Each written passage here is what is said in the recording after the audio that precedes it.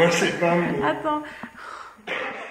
C'est Nathalie qui me met le livre dans les mains et je reviens 2 jours après en disant j'adore comment ce type écrit et je pense que si un jour j'écris, je voudrais écrire comme lui.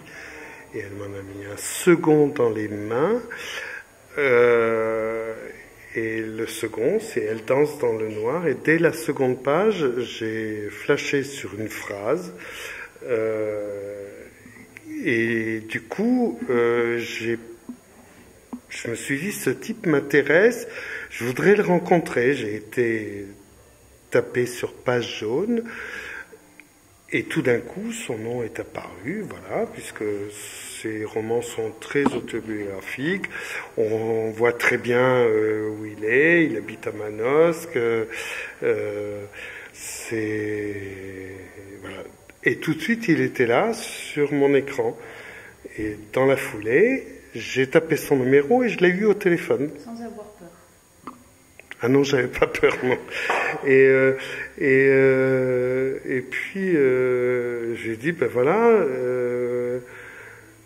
vous êtes celui qui a écrit La fiancée des corbeaux, Elle danse dans le noir. Il dit, oui, oui, c'est moi. J'ai dit, mais j'aimerais beaucoup vous rencontrer. Il m'a dit, il n'y a pas de problème, vous venez. Moi, c'est vrai, je suis écrivain, mais je suis pas une star. Je suis prêt à rencontrer tout le monde. Voilà, je lui ai expliqué que 10 jours après, j'allais dans le midi de la France et que je pouvais faire un détour par Manosque. Et voilà, donc rendez-vous est pris et j'ai été chez lui. J'arrive chez lui, il est 11h du matin, on boit un coup, je suis pas venu les mains vides parce que je savais pas trop qui j'allais rencontrer, j'avais amené une bouteille de Montbazillac, du vin que j'ai fait. On a mis 10 minutes à se tutoyer. Au bout d'1 heure, il était 12h30. On s'est dit on va aller manger un morceau. On est descendu. Il habite en plein centre du vieux Manosque, tout en haut, une espèce de mirador au-dessus de la place de l'hôtel de ville. C'est magnifique. Et il explique bien dans ses bouquins d'ailleurs que il a tellement de café au banc de chez lui que il y en a tous les matins. Il va prendre son petit déj dans un des 5 ou 6 cafés qui sont en bas de chez lui. Voilà. Donc on a été manger en bas de chez lui. Il est adorable, il est chaleureux. Très vite. On s'est tutoyé et quand on est allé manger, donc dans un café où tout le monde le tutoyait, où tout le monde le connaissait, il m'a présenté en disant ben voilà, c'est Jacques, c'est un vieux copain depuis 1 heure et voilà.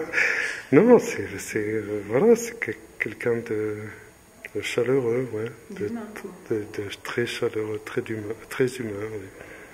Voilà, bon, et puis,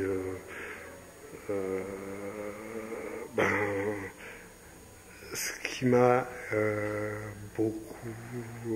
beaucoup interpellé, beaucoup plu, beaucoup séduit, c'est que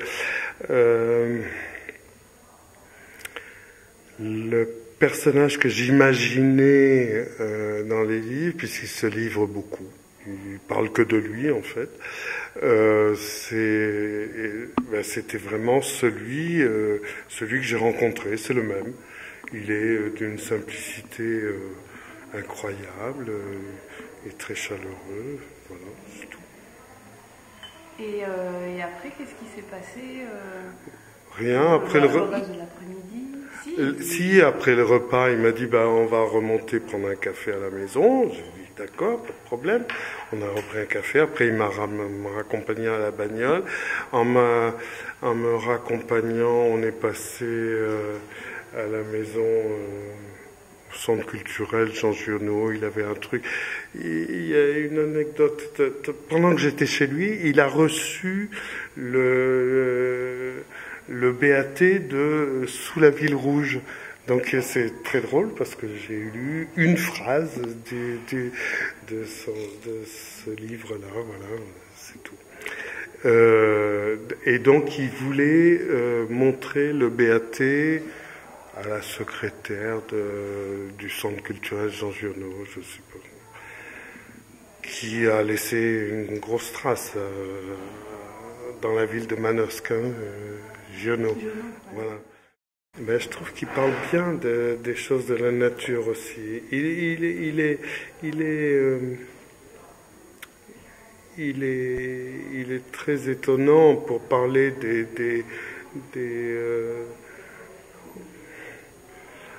dérives de l'âme humaine.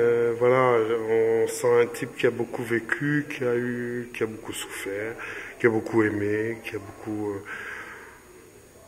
et ça sort bien, mais il parle aussi magnifiquement des choses de la nature. Ça, c'est quelque chose qui m'a beaucoup plu, qui m'a interpellé.